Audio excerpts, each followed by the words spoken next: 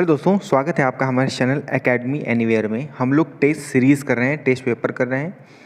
3 test already मैं करा चुका हूं, जिसमें 30 क्वेश्चन मैं करा चुका हूं, तो वो जाके आप प्लेट में देख सकते हैं।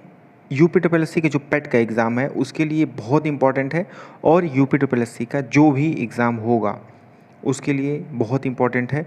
और आप एग्ज़ाम के भरोसे न रहिए कि कब डेट आएगी, जल्दी आएगी तुरंत पेपर हो जाएगा और पता भी नहीं चलेगा कि क्या हो गया। तो दोस्तों, नेक्स्ट जो पेपर है उसके लिए हम इतने सारे क्वेश्चन करेंगे कि प्रैक्टिस इतनी हो जाए कि कहीं से भी क्वेश्चन आए, डायरेक्ट या इनडायरेक्ट हम क्वेश्चन अटैम्प्ट करेंगे और बिल्कुल सही आंसर हम लोग देंगे। तो इतने सारे हम लोग प्रैक्टिस करेंगे। आपके बहुत सारे रिसोर्स हैं पढ़ने की, पढ़िए, प्रैक्टिस हम लोग करेंगे। इस चैनल पे पूरा टेस्ट सीरीज होगा, बहुत सारे क्वेश्चन आपको मिलेंगे बिल्कुल सिलेबस के अकॉर्डिंग। सिलेबस भी मैंने बताया है, जाके आप डिस्क्रिप्शन में देख सकते हैं, या ऊपर आई बटन शो हो रहा होगा, वहाँ पे आपको मिल जाएगा। जल्दी से आज का 31 नंबर क्वेश्चन स्टार्ट कर लेते हैं। इसके पहले 30 क्वेश्चन मैं कराए हैं 3 टेस्ट में, वो जाके आप देख सकते हैं। आज का 31 नंबर क्वेश्चन है भारत का नियंत्रक एवं महालेखाकार निम्नलिखित का एक मित्र एवं मार्गदर्शक होता है। ऑप्शन है प्रवर समिति, प्राक्कलन समिति, प्रधानमंत्री, लोक लेखा समिति।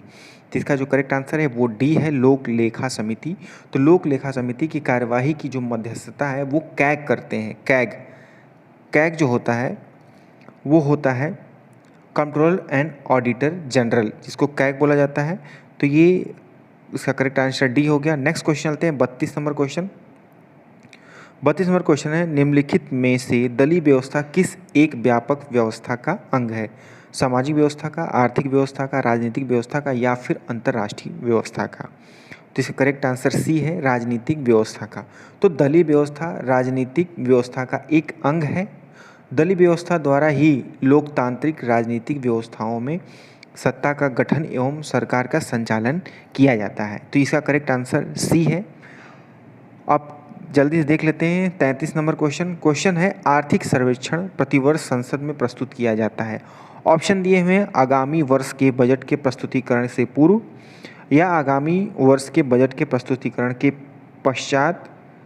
सी ऑप्शन है वित्त विधेयक के प्रस्तुतिकरण के पश्चात, और डी है और उसका बजट के प्रस्तुतिकरण से कोई संबंध नहीं होता है। तो 33 का करेक्ट आंसर ए है, आगामी वर्ष के बजट के प्रस्तुतिकरण के पूर्व आर्थिक सर्वेक्षण प्रतिवर्ष संसद में प्रस्तुत किया जाता है। तो करेक्ट आंसर ए हो गया। 34 नंबर देखते हैं, भारतीय संसद के घटक हैं केवल लोकसभा एवं राज्यसभा। ऑप्शन दिए हैं, बी है राष्ट्रपति, लोकसभा एवं राज्यसभा, लोकसभा, राष्ट्रपति और मंत्री परिषद, लोकसभा, राज्यसभा और मंत्री परिषद। तो इसका करेक्ट आंसर है वो है बी, राष्ट्रपति, लोकसभा व राज्यसभा। दोस्तों, इस तरह के क्वेश्चन आपको मिलेंगे। मैंने जो सिलेबस कराया है वो सिलेबस के अकॉर्डिंग पूरा आपको क्वेश्चन मैं कराते रहूँगा। इतना क्वेश्चन करेंगे हम लोग, प्रैक्टिस करेंगे। अभी टारगेट है 1000 क्वेश्चन का, और इसके बाद आप लोगों को सपोर्ट रहा तो बहुत सारे क्वेश्चन करेंगे। अगर आप लोग टेस्ट सीरीज ज्वाइन करते हो कहीं पे, तो आप यही क्वेश्चन करते हो, लेकिन उसके लिए आपको पे करना पड़ता है। यहाँ पे मैं आपको फ्री करा रहा हूँ, बस आपका सपोर्ट चाहिए। जल्दी से स्टार्ट करते हैं 35 नंबर क्वेश्चन। 35 नंबर क्वेश्चन है, भारतीय संविधान का कौन सा अनुच्छेद लोकसभा एवं विधानसभा के प्रतिनिधियों को निर्वाचित करने अर्थात वयस्क मताधिकार का अधिकार प्रदान करता है? तो 35 का जो ऑप्शन दिए हैं वो है अनुच्छेद 326, अनुच्छेद 325, अनुच्छेद 324 या अनुच्छेद 323। तो इसका जो करेक्ट आंसर है 35 का जो करेक्ट आंसर है वो है ए, अनुच्छेद 326।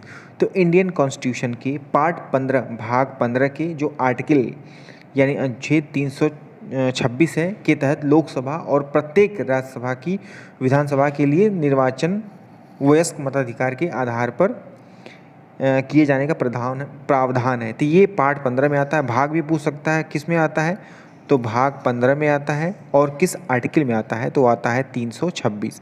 ये चीज़ याद रखिएगा। मैं डायरेक्ट या इनडायरेक्ट जो भी चीज़ें बताता हूँ उसको देखते रहिए, इसी तरह के क्वेश्चन आपको मिलते रहते हैं। तो नेक्स्ट क्वेश्चन हम लोग देखेंगे।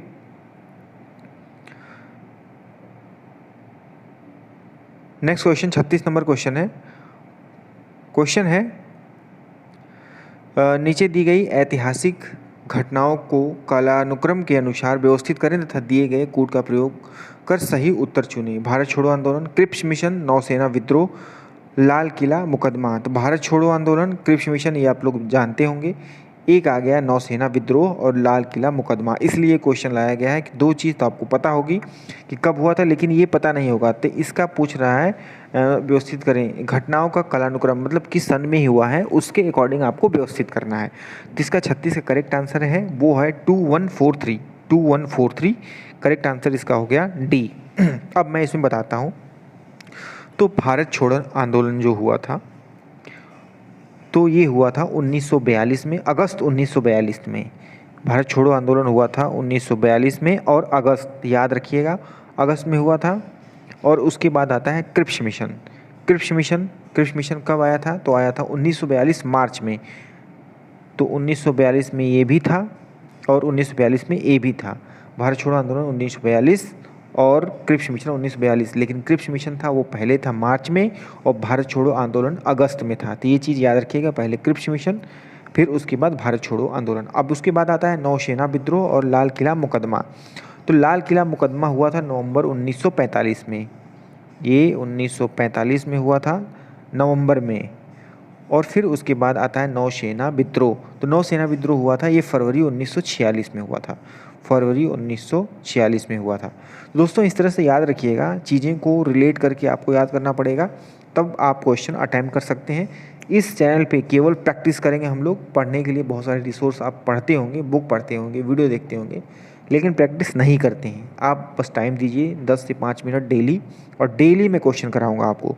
37 नंबर क्वेश्चन है, नौसैनिक विद्रोह के लिए उत्तरदायी कारक थे।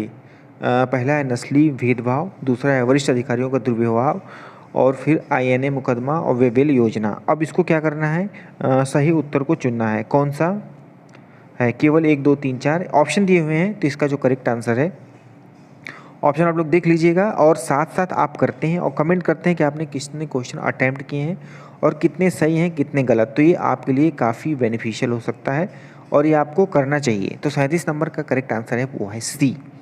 एक तो देखते हैं 38 नंबर क्वेश्चन। क्वेश्चन है, किसके कार्यकाल में अंग्रेजी भारतीय प्रशासन की सहकारी भाषा बनी? तो 38 नंबर क्वेश्चन है, इसका सी ऑप्शन करेक्ट होगा। 37 का सी देखे थे, 38 का सी लॉर्ड विलियम बेंटिक। तो बेंटिक ने मैकाले के शिक्षा सुधार संबंधी प्रस्ताव को 7 मार्च 1835 को स्वीकार कर लिया और इसी आधार पर अंग्रेजी को वरीयता दी गई थी। तो इसका correct answer Lord William Bentinck होगा, 38 का सी। 39 नंबर क्वेश्चन चलते हैं। 39 नंबर क्वेश्चन है, निम्नलिखित में से किसने चटगांव शस्त्रागार हमले का नेतृत्व किया? तो ये बहुत इंपॉर्टेंट क्वेश्चन है, काफ़ी कई बार आ चुका है एग्जाम में, यूपी 80 में खास करके। तो ऑप्शन है हिंदुस्तान रिपब्लिक आर्मी, बी है हिंदुस्तान सोशलिस्ट रिपब्लिक आर्मी, सी है इंडियन रिपब्लिक आर्मी और डी है अनुशीलन समिति। इसका करेक्ट आंसर सी है Indian Republic army. IRA Indian Republic army, IRA होता है, कहीं कहीं IRA देता है, पूरा नाम नहीं देता है। तो इंडियन रिपब्लिक आर्मी के संस्थापक जो थे वो सूरसेन थे। ये चीज़ याद रखिएगा, इसके संस्थापक जो इंडियन रिपब्लिक आर्मी थी उसके संस्थापक सूरसेन हैं। और चटगांव के एक राष्ट्रीय विद्यालय के शिक्षक ये थे। सूरसेन चटगांव के एक राष्ट्रीय विद्यालय के शिक्षक थे और ये IRA के संस्थापक थे। उनको मास्टर डा के नाम से जाना जाता था, या वो मास्टर डा के नाम से फेमस थे। इससे देखिए कितने क्वेश्चन बन गए। अब इसी से 4-5 क्वेश्चन हो गए। तो मैं बताता हूँ, डायरेक्ट या इनडायरेक्ट आपको क्वेश्चन मिल सकता है और ये जितने भी मैं क्वेश्चन करा रहा हूँ बिल्कुल इंपॉर्टेंट है आप लोगों के लिए, ये ध्यान रखिएगा। नेक्स्ट क्वेश्चन चलते हैं। 40 नंबर क्वेश्चन, निम्नलिखित युग्मों पर विचार कीजिए। भारत रक्षा अधिनियम 1915, भारतीय वन अधिनियम 1927 और भारतीय भागीदारी अधिनियम 1932। तो इसमें आपको मैच करना है, तो इसका करेक्ट आंसर हो जाएगा डी। तीनों सही हैं, ये तीनों सही हैं, तो इसका करेक्ट आंसर हो जाएगा डी। दोस्तों कमेंट करके आप जरूर बताइएगा कि आपने कितने क्वेश्चन किए और कितने क्वेश्चन आपके सही हैं।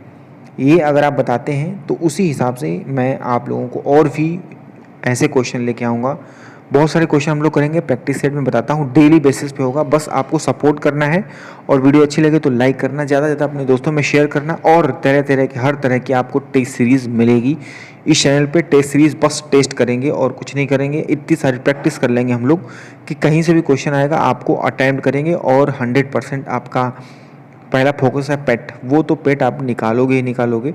और भी चीज़ें जो सिलेबस है पूरा हम करेंगे। और जो भी आर ओ जो भी यूपी ट्रिपल एस सी या यूपी पीसीएस के एग्ज़ाम होने वाले हैं वन डे, उसमें आपको ज़रूर सारे ये क्वेश्चन मिलेंगे। दोस्तों आज के लिए इतना ही, देखते हैं नेक्स्ट वीडियो में मिलते हैं। तब तक के लिए thank you for watching and keep learning.